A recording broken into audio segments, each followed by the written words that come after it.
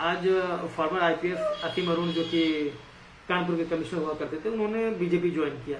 इसके पर अखिलेश यादव का कहना है कि वो इलेक्शन कमीशन से इस पर कंप्लेन करेंगे और एक्शन लेने कहेंगे उन तमाम अधिकारियों के खिलाफ जिन्होंने बीजेपी ज्वाइन किया है, ऑब्वियसली आफ्टर रिटायरिंग। देखिए, अखिलेश यादव जी की पार्टी में तमाम हिस्ट्री शीटर्स ज्वाइन कर रहे हैं जिनका आपराधिक इतिहास है, और जो दुर्दांत रह गए हैं वो ज्वाइन कर रहे हैं, तो अखिलेश यादव जी को इस पर कोई आपत्ति नहीं। अगर हमारी पार्टी में कोई civil servant IPS IAS officer जो रह चुका है वो रिटायरमेंट के बाद या वीआरएस लेने के बाद ज्वाइन करता, तो इसमें उनको आपत्ति क्यों?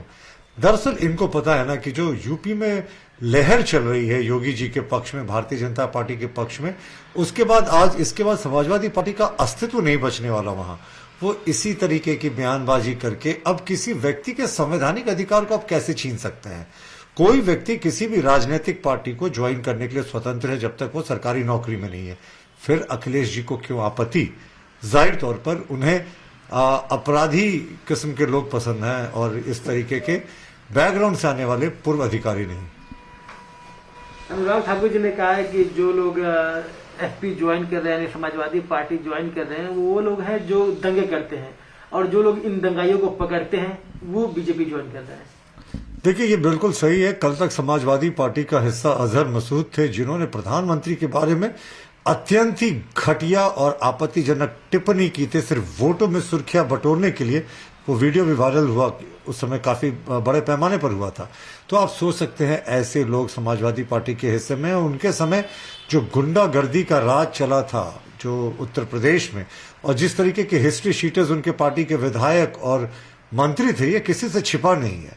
तो इनको क्यों आपत्ति हो रही है भाई? अगर हमारे पार्टी में आईपीएस ऑफिसर्स जिनका पहले से दायित्व था इस तरह के अपराधियों को पकड़ने का, वो ज्वाइन कर रहे हैं, तो इनको किसी व्यक्ति के संवैधानिक अधिकार पर बोलने का कोई टिप्पणी नहीं है। मुझे लगता है अखिलेश यादव जी बौखला गए हैं, अपनी हार को देखकर बौखला गए हैं, समाजवादी पार्टी के होते अंत को देखकर बौखला गए और कुछ भी बोल रहे हैं।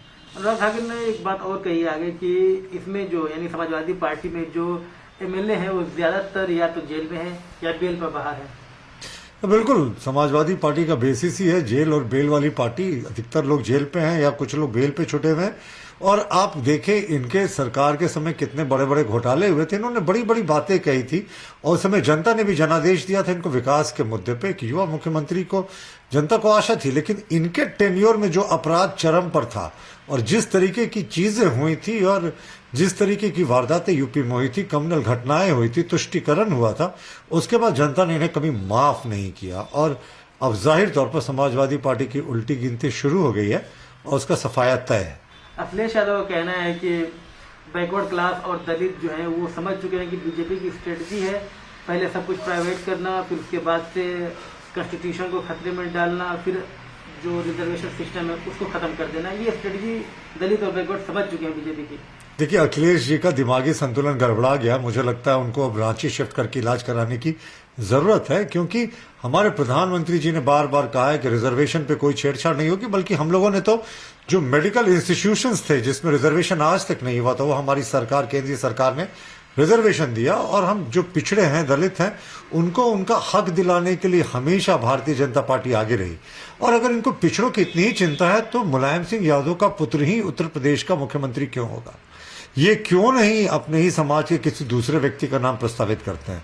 ये दरअसल इनको दलितों और पिछड़ों और जो दबे कुचले तबके हैं उसकी इनको चिंता नहीं है। इनको तो अपने वंशवाद को बढ़ावा देने की चिंता है।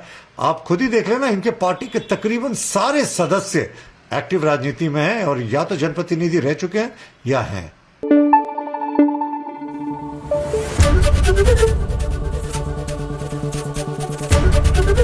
एबीपी न्यूज आपको रखे आगे।